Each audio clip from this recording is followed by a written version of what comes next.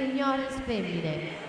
8 sempre le batterie previste. Corsia 2 Giulia Zanardo, alla 3 Giulia Budisa, alla 4 Daria Ceban, alla 5 Martina Raggini, alla 6 Irene Boatto, alla 7 Caterina Fontana. 25,60 Massimo Chiarioni. Hydros il passaggio in corsia 4. 53,61 il miglior tempo.